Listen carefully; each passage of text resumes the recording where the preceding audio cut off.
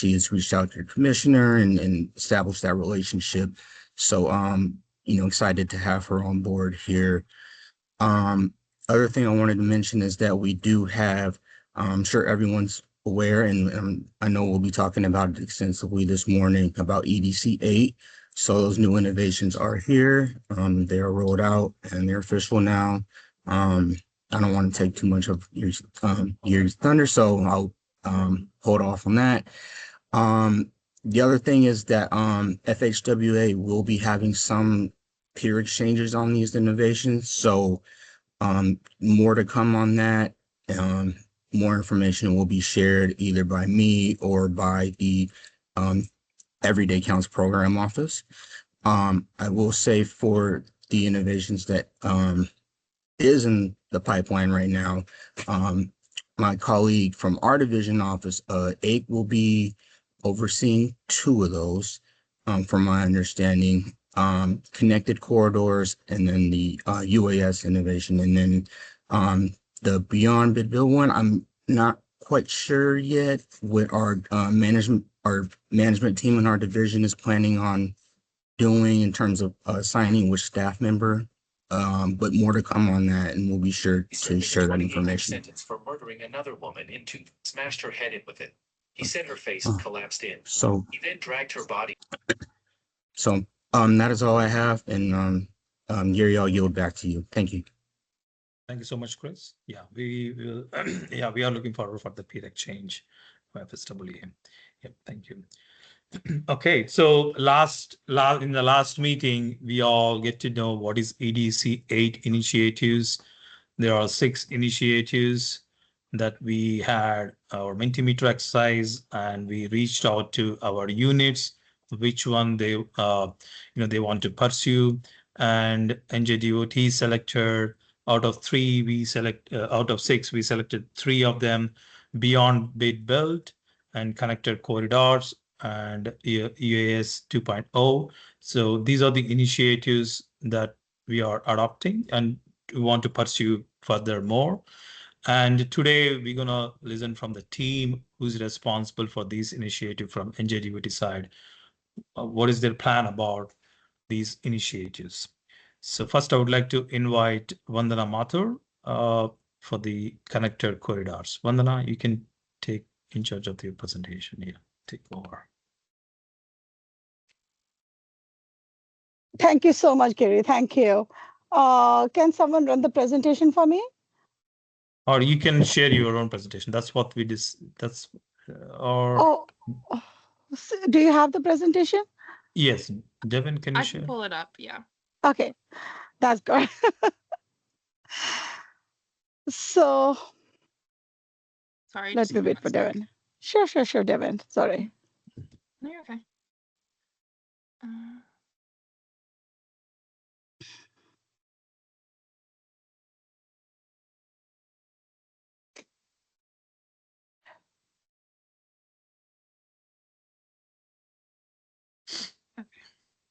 Thank you so much, Devin. I really appreciate this. So, good morning, everyone. My name is Vandana, and I'm the supervisor for mobility planning and research. So this year, we decided to have connected corridors as our EDC 8 initiative. One of the reasons we took this is because NJDOT is a part of the Smart Belt Coalition, which includes New Jersey, Michigan, Ohio, Indiana, and Pennsylvania. Can you go to the next slide, please? And the next, yeah. So we are a part of one of the parts of this coalition. So there are this coalition was formed in 2016, and it includes 7 transportation agencies and about 8 research institutions. So it was important that New Jersey is an active member, becomes an active member because it's a coalition and it runs through so many states. Next slide, please. So these are a few of the university partners. There are several others as well who would be assisting us with the connected corridors. Next slide, please. Now, one of the one of the purpose of connected corridors for this coalition is to foster collaboration that involves research, testing, policy, standards, deployments, outreach, and funding pursuits in connected vehicle technology, automatic vehicle technology, vehicle electrification, and other innovations in the transportation industry.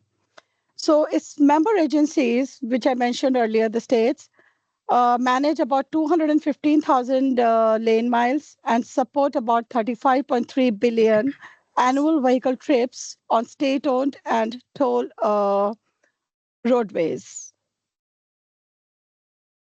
Next slide, please. Can you go to the next slide? That says connected. So once we were a part of the coalition, we decided to discuss what are the current issues that we face.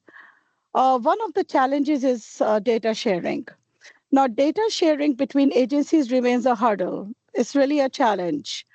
Each agency maintains control over its own data, but without any common standards, systems can't speak the same language. So our plan is to form a coordinated standards for CV, AV technologies, and aligning all these diverse agencies and academic institutions into actionable standard is really very complex. Uh, Maintaining a high visibility, credible website is seen as critical for awareness and credibility, but building and sustaining it requires consistent resources. These are some of the challenges that we are facing at the moment. Next slide, please. So we plan to look into what are the key focus areas. We plan to work closely with industry leaders and research institutions to help guide the future of connected and autonomous vehicle technology. A major focus is creating a strong data exchange standards so the information can move smoothly between systems, between states. We want to discuss developing guidelines to make sure different AV and CV systems can work together without any compatibility issues. So part of this work includes building common APIs and interfaces that agencies and companies can use. We also want to test how well these systems connect and operate in real-world situations. We want to support efforts to expand high-speed fiber networks, which improves connectivity for transportation technologies. One of the plans is to also partner with telecom providers to strengthen broadband coverage across the corridors. We study how better connectivity can improve AV and CV performance on the road. Another key area is creating uniform standards for how data is collected and shared. We want to ensure strong privacy and security protocols are in place to protect the data from AV and CV. And finally, we coordinate with standards organizations such as ISO and SAE to align our work with national and international best practices. Next slide, please. So what Connected Corridors Initiative will do? The Smart Belt Coalition website will help states work together without replacing the systems they already use. It encourages a team approach so everyone shares information in the same way. It supports common data rules so information is consistent and is easy to share. By improving how systems connect and speak the same language, states and local agencies can publish reliable data that everyone can trust. States and local agencies are encouraged to publish clean, reliable data so that it's easier for everyone to make sensible decisions. Faster data exchange lets transportation agencies make better decisions in real time. Overall, it's a teamwork approach that breaks down the barriers between states and gives a clearer nationwide picture of what is happening on the roads. Next slide, please.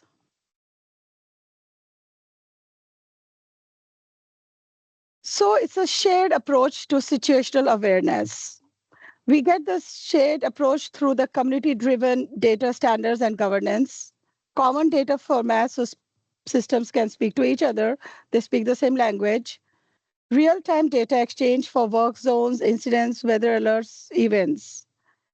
It also encourages agencies to publish standardized data feeds. Next slide, please. We see that there are a lot of benefits to this. This effort helps us improve safety by spotting problems on the road faster and sharing warnings sooner. It also helps cut down delays because we can use real-time information about work zones, incidents, and weather conditions to make better decisions. When agencies use common data standards, our systems can understand each other more easily, which makes the operations a lot smoother. Of course, travelers benefit from it too. They get timely, useful information that helps them plan their trips and avoid frustration.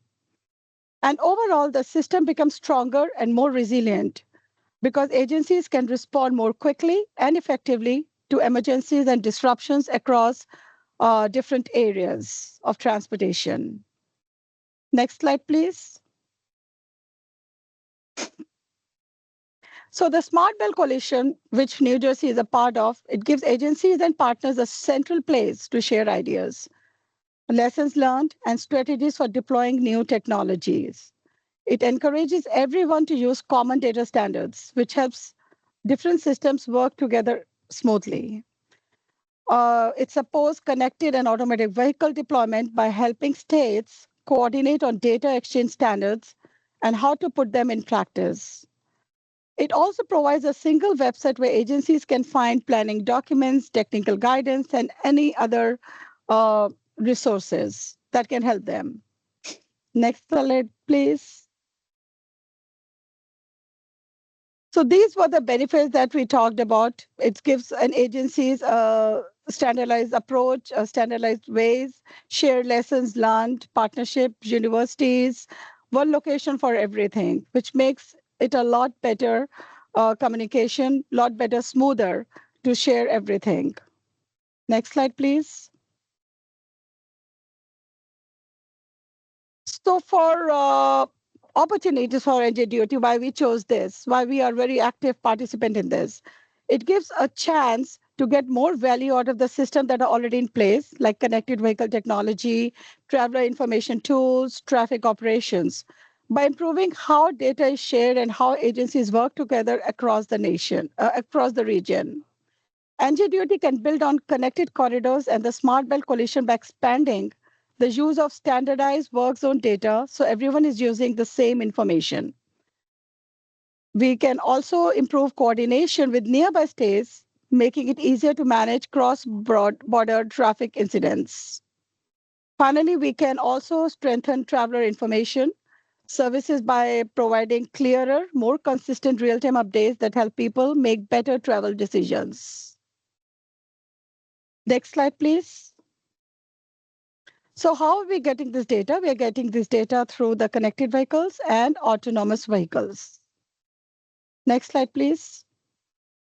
So connected vehicles brings in data from connected vehicles, which share real-time information about road conditions, speed, and safety events. It also uses data from autonomous vehicles, giving agencies a clearer picture of how these vehicles move and interact on the roadway. Together, these data sources can help improve awareness, support safer operations, and guide future planning for advanced transportation technology. Next slide, please. Autonomous vehicles.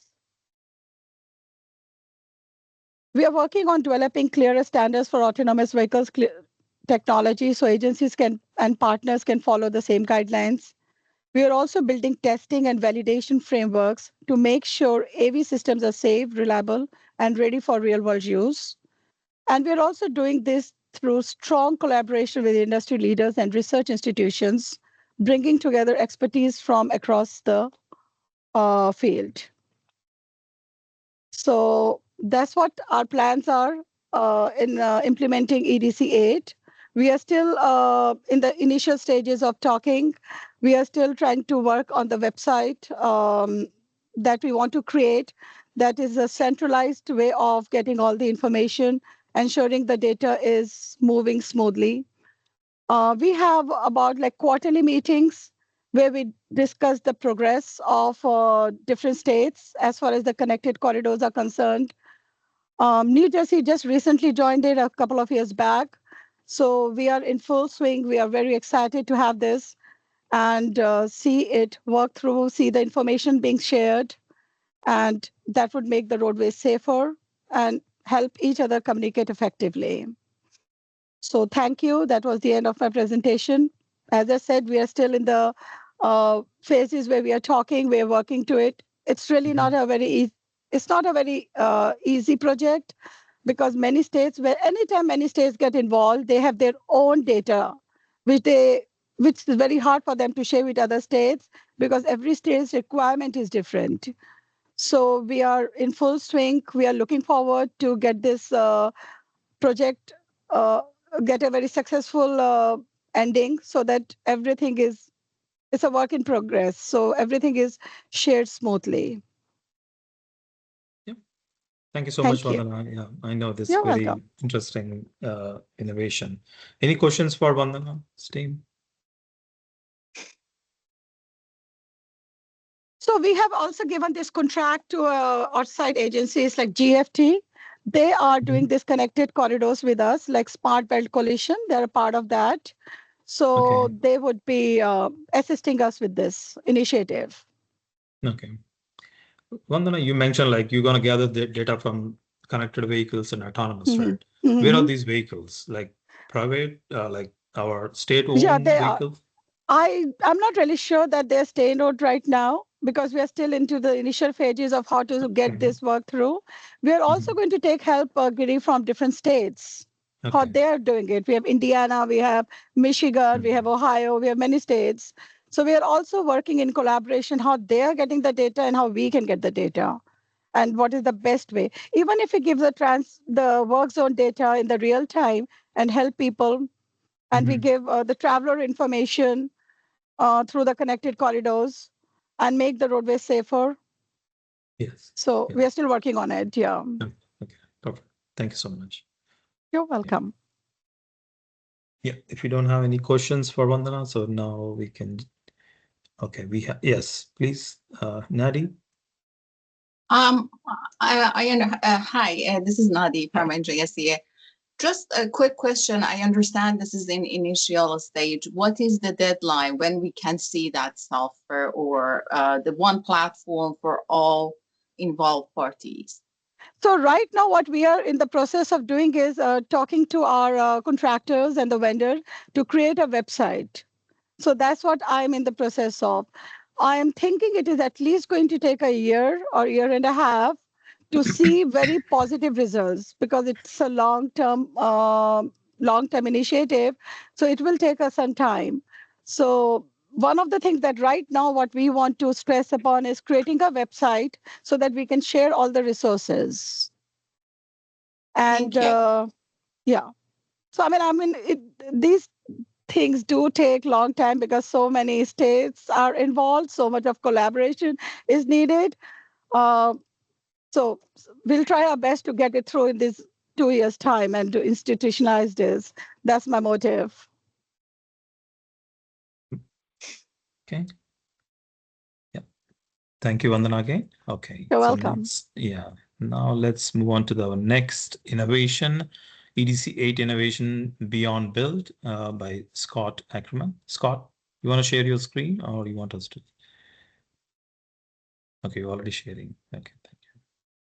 Already sharing. So, morning, everyone. Those that don't know me, my name is Scott Ackerman. I'm the manager of the Program Management Office here at DOT, and we're going to talk about a bit the initiative for Beyond Bid Build. So, first thing we're going to talk about is coming with the process. So, for the current capital project delivery process, we begin with the problem statement, submit it to the department. The statement goes on to review a bunch of alternatives to might be possible to solve the problem, then developing the concept that goes into engineering the solution, and being built to the initial problem. You know, the whole goal is, here's a problem, let's fix it. This process can take time, and it's traditionally been done through the design bid build methodology. It's effective. Let's not kid ourselves. This past year, it's been 102 awards to construction, valued over $1.102 billion this year. So it works. We've seen it work. So the question becomes, if it isn't broke, why fix it? Why try to innovate it? And the reality is we have to keep pushing ourselves to have some type of increase in efficiency. We've done this for so long, so we can see, okay, what has worked, what hasn't worked, what has been items that we could probably sharpen up and do better. Part of that also becomes part of our schedule. We have a lot of things related to our schedule. We know how long the time takes. Unfortunately, we know how long the time takes. It does take a considerable amount of time, depending on the project, its complexity, some of the regulations, or just competing interests. In addition to that, there's cost. So when we talk about the cost and look at this, we have this fine balance of how do we deliver something that's a quality project, managing the schedule, and also keeping in mind that we are dealing with hundreds of thousands upon millions of dollars through design and then construction. Can there be a cleaner way to not only deliver this, but also to make sure that we're managing the risk that happens in there? We have anything can happen from early design issues to complications again with regulatory agencies to potential issues out in the field that may have been hit across when we go through constructability. So let's look at what type of other ideas there are. So we start talking about what recommendations are coming in from Federal Highway, as well as what some other states have done. There's an indefinite delivery and indefinite quality, or IDIQ, which allows agencies to order work as needed. This is something currently that our department does not have the responsibility of over Federal Highway, as per our NJDOT FHWA Stewardship and Oversight Agreement. But it is something that we can look at. There's nothing that's off the table here. And I wanted to go to discuss these items. Another one is the concept of the construction manager or general contractor and having them help during the design. Now, this one does have some difficulty, as it would mean bringing the contractor in onto the project earlier on. So it makes the bidding and award process a little bit more difficult than how we do it now. However, there is a huge asset there when it comes to lowering risk during construction. Another one is fixed price variable scope for design bid build, which has the agency setting, okay, this is how much money it is for the budget. The bidders propose how much work they can do within that price. There's things to talk about with that, such as when it comes to change orders, when it comes to site condition changes. If you're dealing with a set scope saying this is all the money we're going to spend, we could run into delays, but this is something that other states have shown to be successful. So we can go and investigate what those other states do. Another one is best value for design bid build, which contractor is selected based on the cost and the quality versus low bid. We already kind of do this now.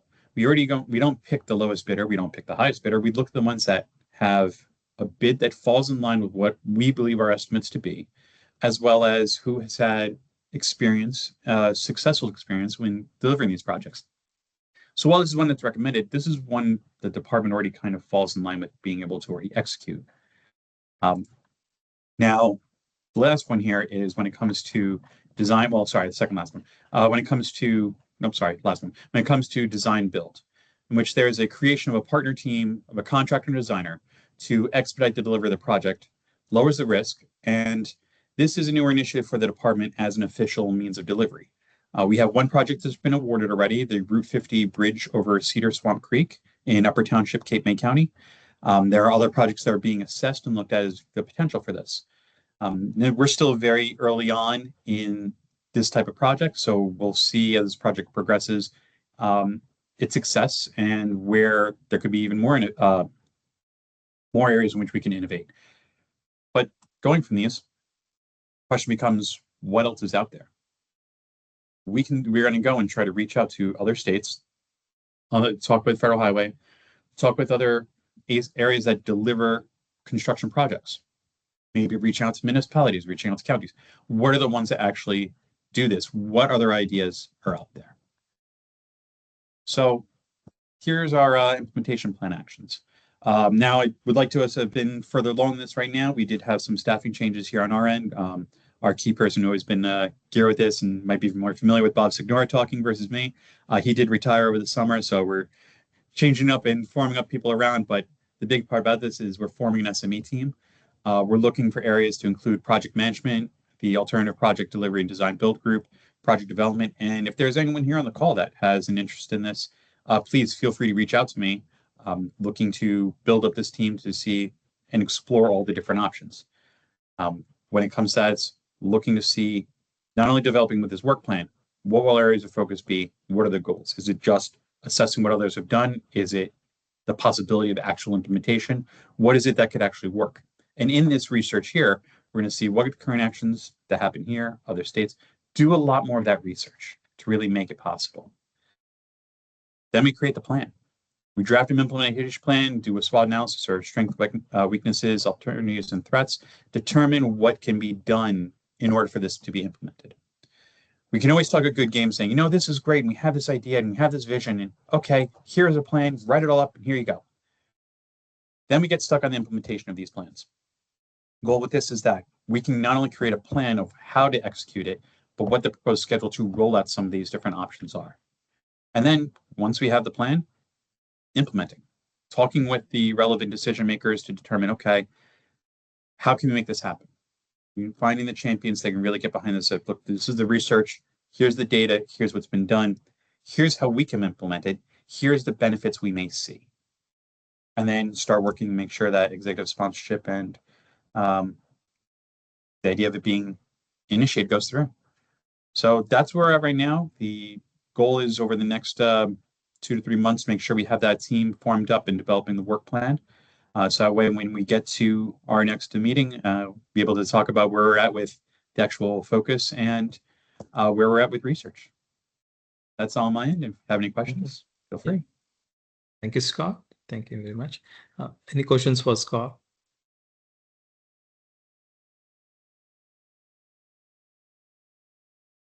Scott, I have one small question. So during this initiative, do you use any advanced tools, project management tools, or only frameworks? In the sense of how projects are delivered, or Yeah. So when it comes to how projects deliver right now, we have the capital project delivery process, which is well over 300 to 400 different activities that takes a project from the problem screening phase through CD, preliminary engineering, final design, and then construction. So what happens is we have a project that goes through all the different activities, do this, do that, and after this, then we make sure we have this, that whole plan we've been utilizing. The part when it comes to design, bid, build, that process encapsulates all of that. So the next piece becomes, okay, where does that contracting, where do the contractors, what different methodologies are there to deliver that can either shape this, make this either faster, or can be another tool in the toolbox. Design build is a great example. Design build is a methodology in which you can deliver a project. It is not the way we should do for all of them, but it's a tool in the toolbox we can utilize. If this project fits, let's deliver it this way. What other tools can we add to the toolbox in which we can go and determine this? We do have other tools to, I should say other systems and other items to go and help deliver. PMRS is a great example when it comes to automated workflows and document management and approvals. We have things such as PaceTrack, which is a huge asset when it comes to dealing with the right-of-way aspects to it. There's a lot of different actual systems. But when it comes to the full delivery, we're utilizing a methodology right now of project delivery. What other means are there? And that's what this really goes into. Thanks so much. Thanks so much for the clarification. Yeah. Okay, if you don't have any questions for Scott, next we'll move to our next presentation from Kimberly Davis. So our initiative, EDC 8 initiative is 2.0, infrastructure management. Kim. Good morning, everyone. I'm not sure. I think I did share my screen. Yes. Can you see it? Yes. Okay, you can see it. All right, good. I'm navigating all these different, okay. So good morning, everyone. I'm introducing the EDC 8 initiative, UAS 2.0, Innovative Infrastructure Management. I'm super excited to be presenting this. Just a take back on this, we did participate in the EDC 5 initiative from 2019 to 2020. which brought the drone program to New Jersey. We had it started in 2016, but we participated in the EDC 5 initiative, which institutionalized our drone program. And it is managed by the Bureau of Aeronautics with the purpose of saving money, saving time, increasing efficiency, and/or safety. Okay, just a couple takeaways. With our EDC 5 initiative, we were able to implement and utilize drones for monitoring traffic, documenting project management. Wait, hold on, I think I missed this. I'm sorry about that. For introducing primary drones, capturing deliverable data, we utilize it for our 5010 inspections. We also are utilizing it for safety inspections. We participated with a Patco Lending Wall rail yard fatality back in 2020. We were during COVID at the time. NTSB was not able to actually have boots on the ground. So we came up with the bright idea to utilize drone technology to support the NTSB investigation and go out there and get an overarching picture. The NTSB agent gave us site maps, exactly what details he was looking for to help him with his investigation. And we were able to navigate using the drone to show be able to replicate that fatality on that. So that was worthwhile, and that was actually put into the FTA training documents for investigations of fatalities and incidents rolled out nationwide. Additionally, we were able to implement high mast light pole inspections, some bridge inspections, and we've been able to implement drone technologies and looking at rock slope inspections and rock fall mitigation. In addition to that, we utilized with maritime drone technology to monitor and document dredging projects. And we've also worked with traffic ops and for traffic pattern monitoring.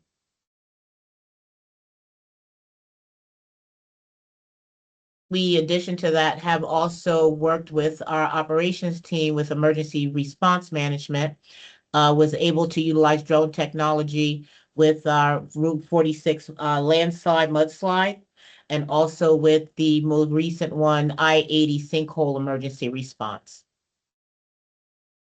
So keeping in mind, moving into now 2.0, after letting you know that we do have an institutionalized drone program, where do we go next? We were looking to revolutionize infrastructure inspection with the drones. UAS is sometimes referred to as drones, which is a multi-use aircraft controlled from a licensed remote pilot on the ground. The benefits of the UAS are wide-ranging and impact nearly all aspects of highway transportation. It replaces boots on the ground, which increases accuracy. It speeds up the data collection, and it definitely increases safety. This FHWA has incentivized all of the state agencies to now move beyond isolated drone flights of what we have implemented from the EDC 5 initiative into a more mature, repeatable, autonomous, and remotely deployable drone operation capability. With that, what does that mean? So the objective is to further reduce employee risk, definitely reduce agency costs, and improving speed and consistency for decision making. The drone programs are no longer just viewed as experimental tools. The goal with the 2.0 is to make sure that all of our agencies operate and understand that we are an intricate participant and actually work into the day-to-day workforce. They're encouraging DOT to mature beyond basic flights and to deliver standardized data, safer workflows, the dependable data pipelines, and operating models that can expand across our region depending on individual operators. So DOT, we're focusing on 4 key areas of our during EDC 8, infrastructure construction project management, U.S. fleet management, drone fleet management, mobile dock-based operations, and data collection and warehousing. For infrastructure construction management, we're going to be working very intricately with CPM with their construction management area with construction materials to implement drone technology as part of everyday use. When you're going into pre-construction, it will become an automatic deliverable. Do a drone flight to get all your images for your pre-construction so that when you get to your post-construction, you will also fly the drone, get those images, and you have a before and after replication of your deliverable and understanding the bang for the buck for the investment in our infrastructure improvement. Also, they will have the ability to fly drones throughout the life of the construction project so that you can now mitigate and have an on-time, real-time from where it was before to where it is when you finish, look at our investment and see how the construction has progressed along the way. With UAS fleet, with our drone fleet management, we're working to implement a fleet management system at DOT for our program to deliver significant operational, financial, and regulatory compliance and cost management. This is going to be huge. I'll be working with getting that on board as well. And with this fleet management, it's going to transform the collection of our individual drones into coordinated, accountable, and efficient operating tools and system. And we're going to be able to put in maintenance management tools for our routine maintenance of our drone fleet. We're going to be able to track our data and our assets. And we're going to make sure that we're able to provide infrastructure inspection support, DOT specific. And it's going to be scalable and for future proofing. We're also going to be working on the initiative called dock-based operations. And this is now taking drones from just being standalone that we're going to literally move into drones that are going to be in a docking station with the dock technology. The drone docking stations, also called drone-in-a-box systems, provide automated housing, charging, and launch infrastructure pads that enable remote and automated drone operations. The dock-based operations will turn the drones into persistent, autonomous assets that operate with minimal human intervention. This will reduce costs, improve response time, protect equipment, and enable continuous wide area coverage, making them especially valuable for infrastructure monitoring, security, and inspection programs. But DOT, we want to take this a little step further than just our dock base.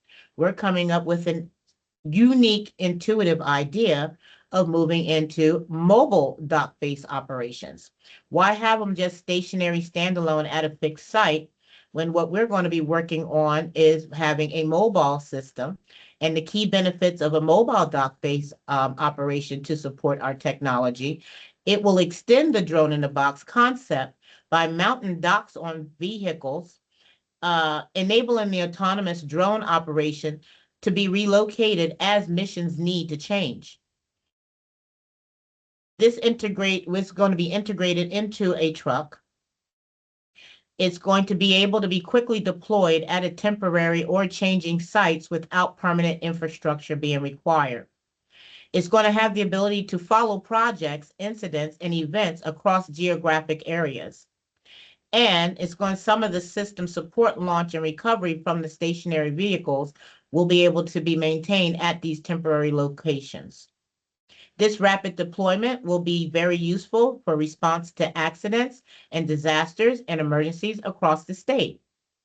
Be able to relocate to active construction and inspection sites and survey sites as well, and provide temporary coverage for planned events or seasonal needs. Serve as several locations with this mobile site capability. We're also going to be working more extensively in our data collection. We're going to be able to have, we're inspecting, investigating, and looking to implement a stronger data collection system to support our fleet and our operators as they're doing their work on day to day. So we're going to be looking at making sure we have optimal, what's called RGB, refers to the color model in which red, green, and blue primary colors of light are added to create different colors that we perceive. in an RGB camera, it's used to deliver colored images of people and objects by capturing light and red, green, and blue wavelengths. This camera technology implemented into our drone technology will be utilized. It utilizes visible light with a wavelength ranging from 400 to 700 nanometers.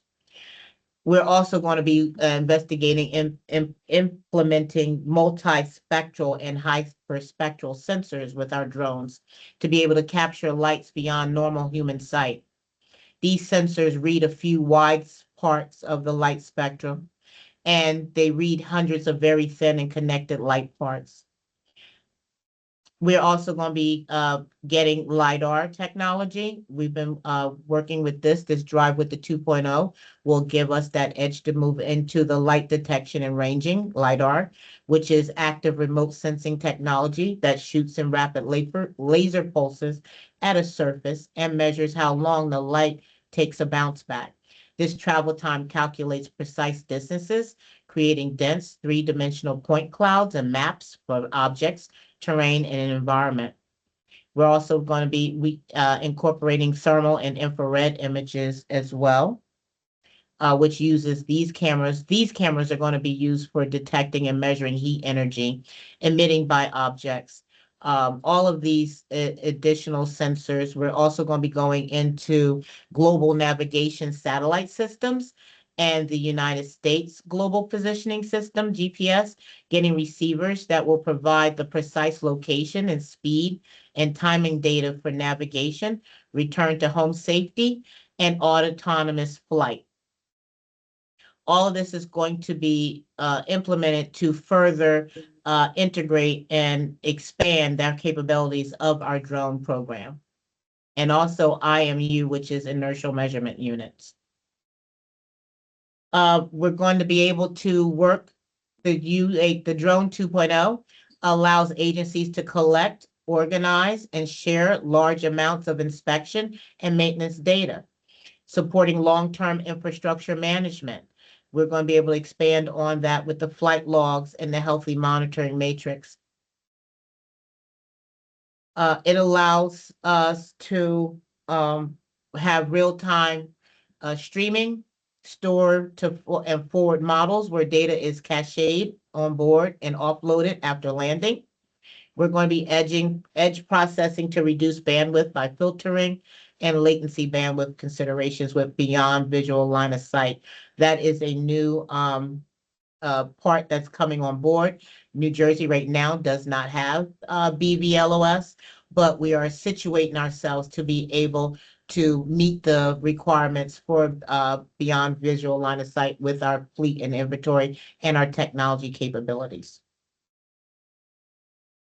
We are also going to be definitely investigating and moving into our data warehousing architecture under UAS 2.0.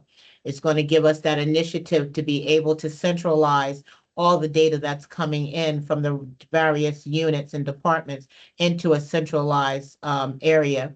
The ingestion will be able to have a pipeline to be able to extract, transform, and load that drone data, handling both structured and unstructured data as well.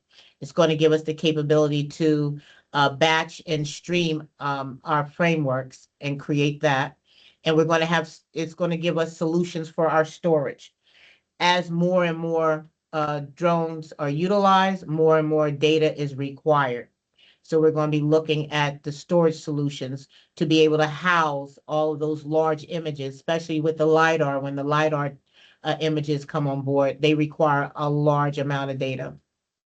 The data warehouses for the structured will be analytical, and we'll be able to have scalable, cost-effective retention for our management of all this metadata. So what we are doing to get ready for 2.0 is our implementation plan. We have already rolled out at the beginning of this year a UAS policy. We are currently finalizing our UAS strategic plan, which helps to incorporate and build in what we're doing, how we're doing, why we're doing it, and where we're seeing our program going forward. we are already in the process of replacing our fleet with federally approved drones. And we are revamping our drone remote pilot certification curriculum to meet these new needs, as well as address the new federally approved drones that are in the system. We're going to be identifying new use cases for integration of drone technology.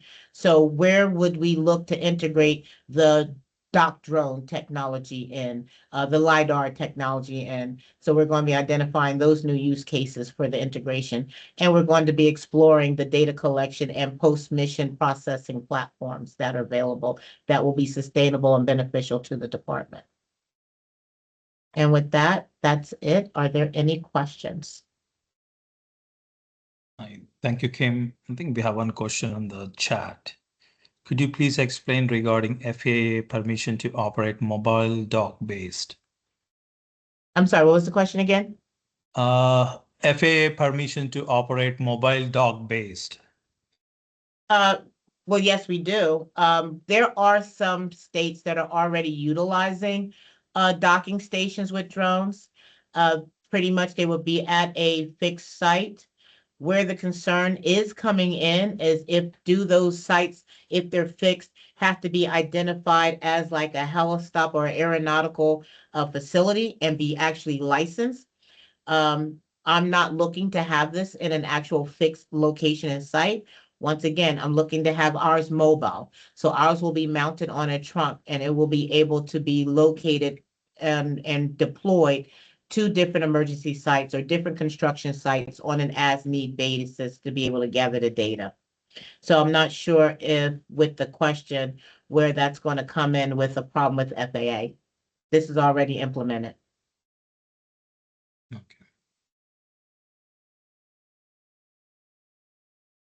Okay, there's one more question. Is one of the goals of UAS 2.0 to support CPM project surveys, which typically utilizes drone for surveying, mapping, and capturing geofencing imagery and LiDAR data? Absolutely. Whoever is in that area can definitely reach out to us and we will incorporate that into our new use cases. Okay, thank you. Any other questions for Kim?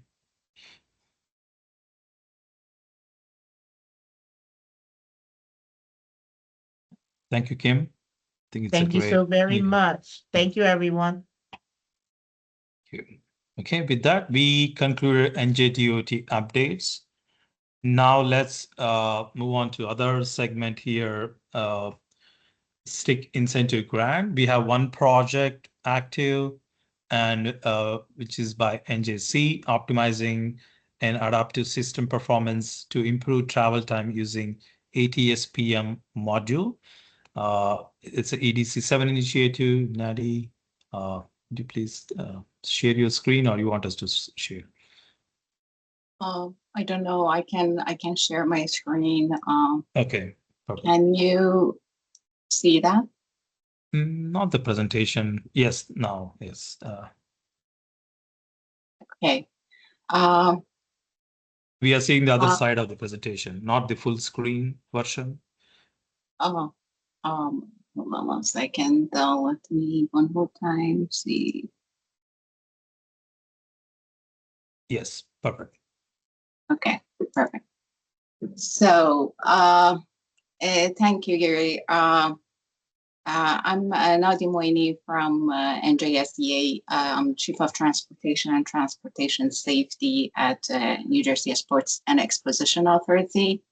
Thank you, and thanks NJDOT and FHWA to give me an opportunity to present the latest update on optimizing an adaptive system performance to improve travel time using automated traffic signal performance measure module.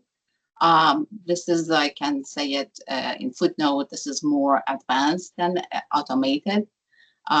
This is the first round that NJDOT applies for this grant, and hopefully in future grant, we can complete our work by evaluating and the effect of fine-tuning of adaptive system to reduce air pollution. We launched this project on March 18 with full execution of the grant agreement between NJDOT and NJSEA. The project have been implemented because we are in the process of implementing of NJSEA and their contractor and consultant with the assistance of the new consultant, which is Adkin Realis. Sorry. So before I go through to the what we will go through to the whole project, I want to give a little bit background review about who we are and what is the needs and gaps that we pursue this project and key milestones and the task that completed or underway about during that past 5 months, and we go through it to another year to complete it in July of 2027. NJSEA is the regional planning and zoning agency for 30.3 square mile of the Hackensack Meadowlands.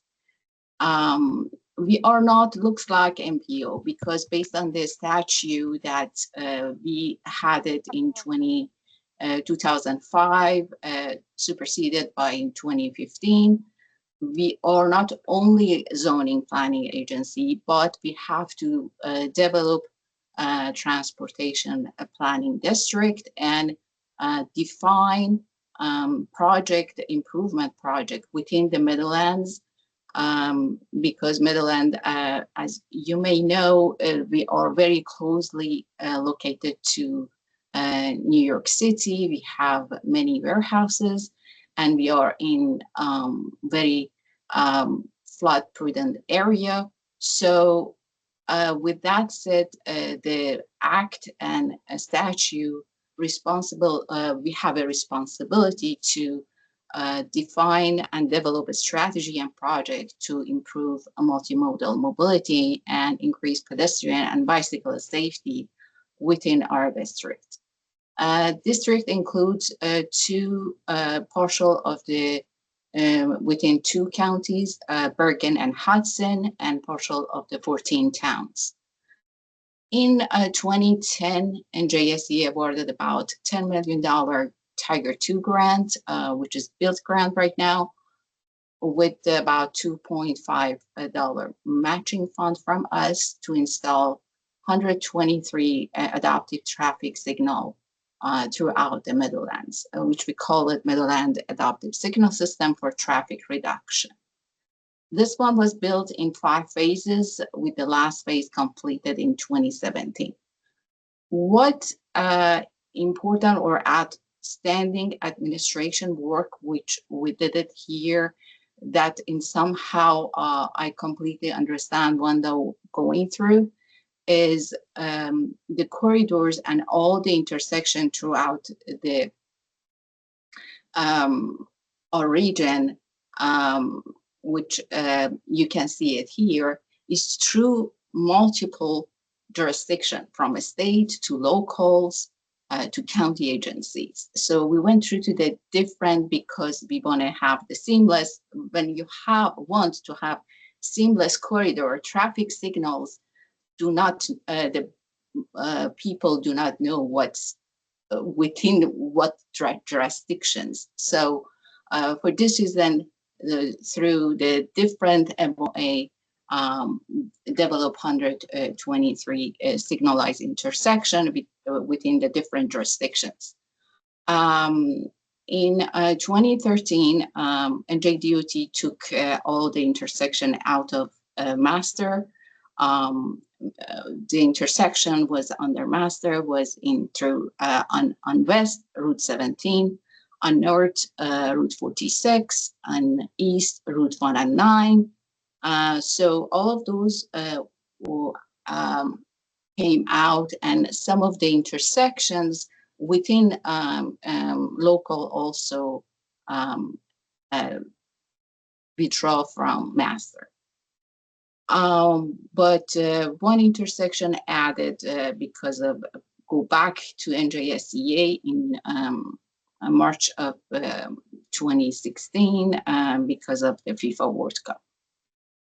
When you have provide what this is just the background, but what it is important to go through it. Adaptive system, while it is very nice, adapt to traffic, but there are so many fine-tuning variable it's involved to provide the most suitable parameter to not only care about the main corridor, but also about minor streets. So the fine-tuning during the past about 10 to 13 years, we realized that considering we are a local state agency, but we don't have a resource to monitor these intersections.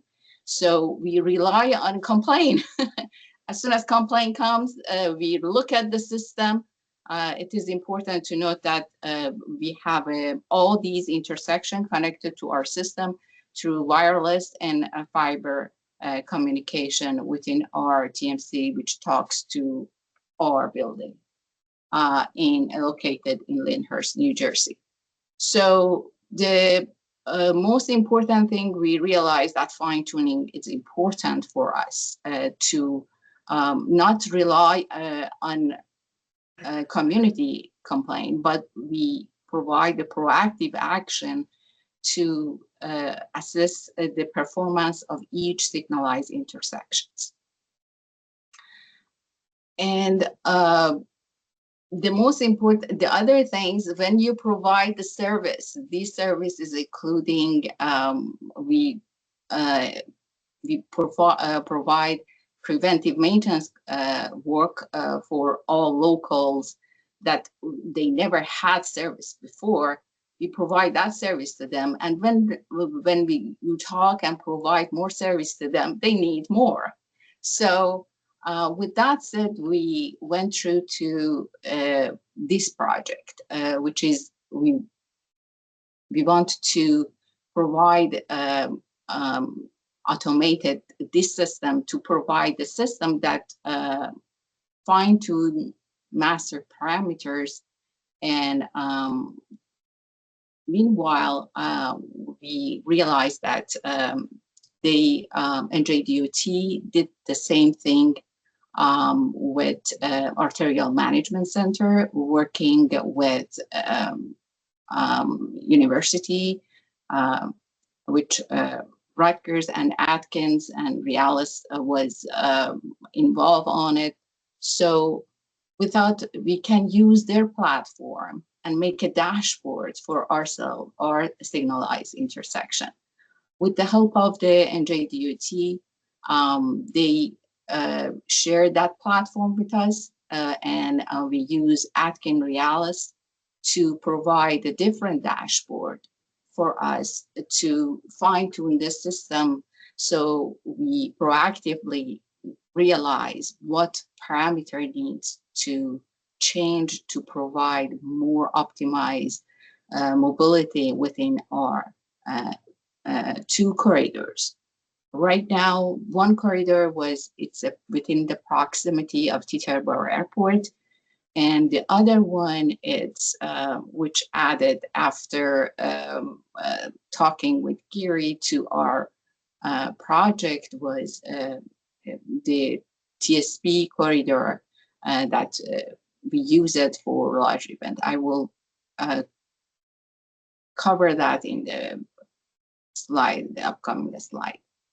So the project key milestones, this is where we are.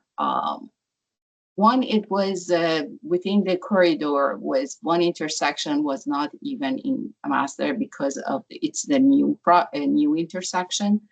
We did the design and planning. We incorporate that intersections into our master.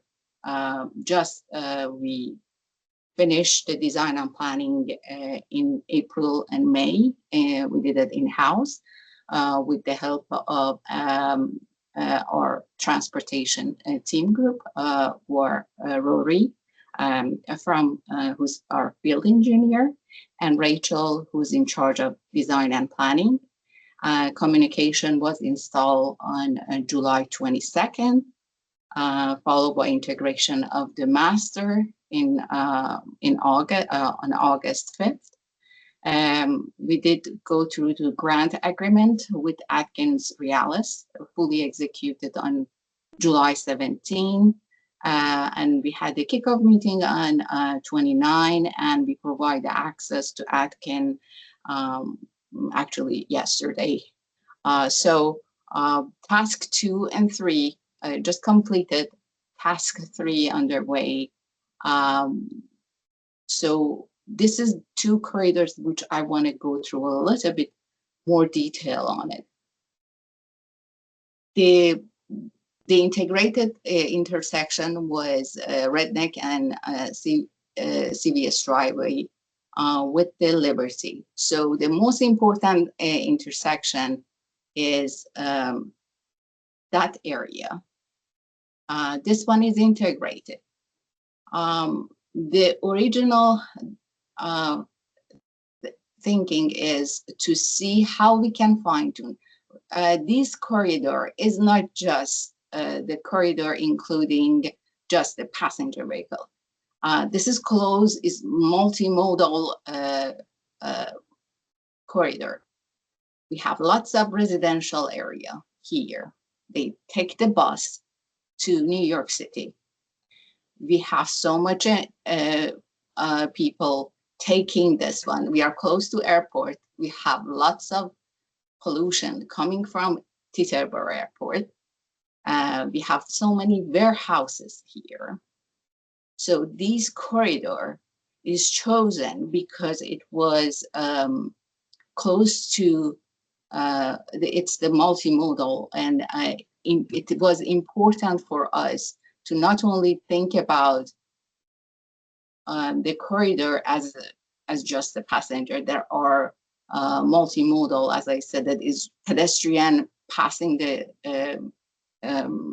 the county roadway, which is the county, and local roadway, and the bus transit. So for this reason, the fine tuning of adaptive system parameter was very important for us. This one added actually after we got the grant, and this one based on the actually NJDOT request to we use that corridor.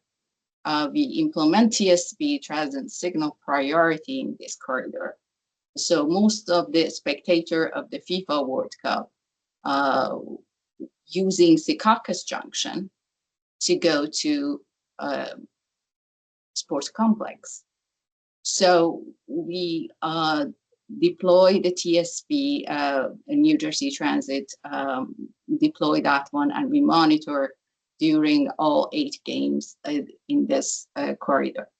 So what is important for all of us, because NJDOT never had adopted TSP in their system, and they are interested to know how that module, which they call it AMC, Arterial Management Center, can optimize the bus transit and TSP during any event. We had about 3 events during PM peak hours. So it was very important for them for us to know the effect of the TSP on over adaptive system, on how we can optimize that one during that period.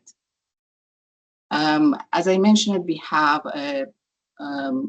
3 tasks underway. We are providing Atkins Realis with our system accessibility, system access of SCADs and connectivity, event logs, and everything. to provide to deploy NJSEA and develop NJSEA master dashboards. So these task 3 and 4, especially task 3 is underway. Our plan is to do the pre-evaluation before fine-tuning and do the post-evaluation after that. This is an update that I have during the 5 months of deployment of this project. Thank you for your time. Thank you, Nadi. Thank you for the presentation. Any questions for Nadi?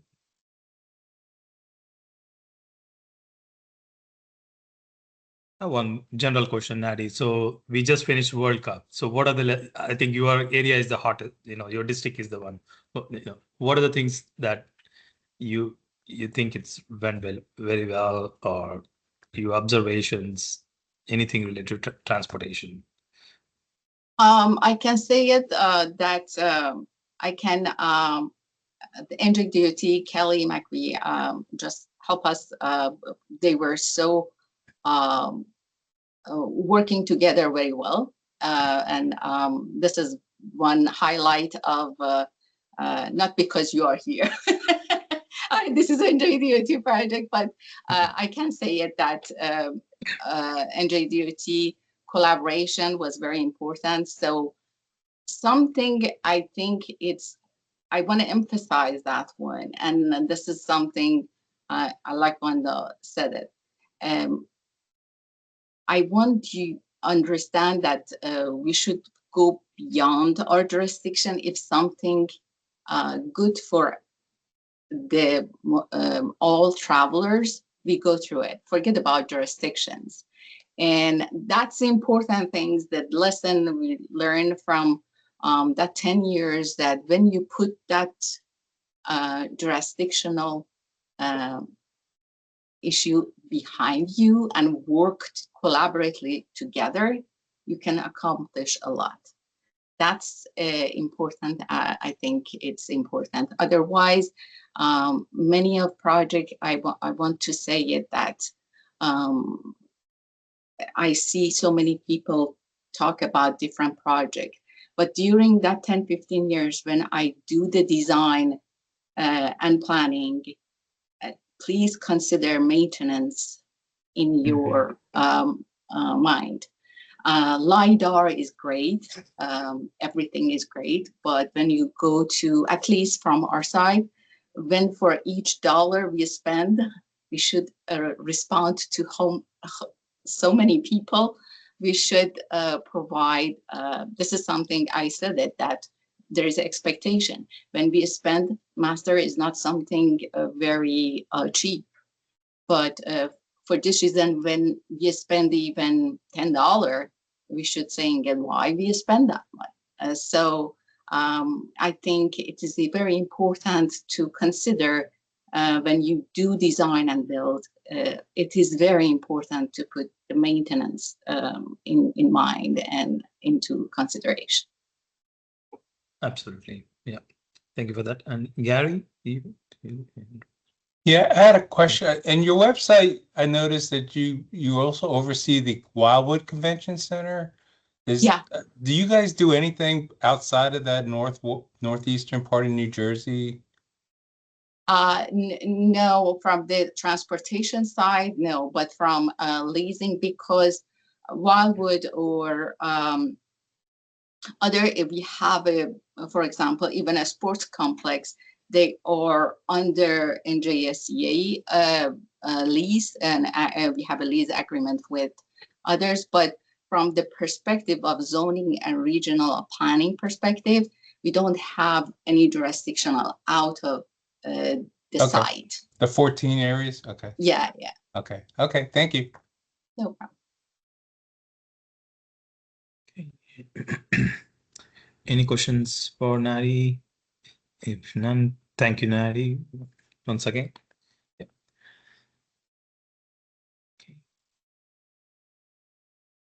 Okay, with that, we came to the end of our STIC meeting. So I just want to give few announcements here.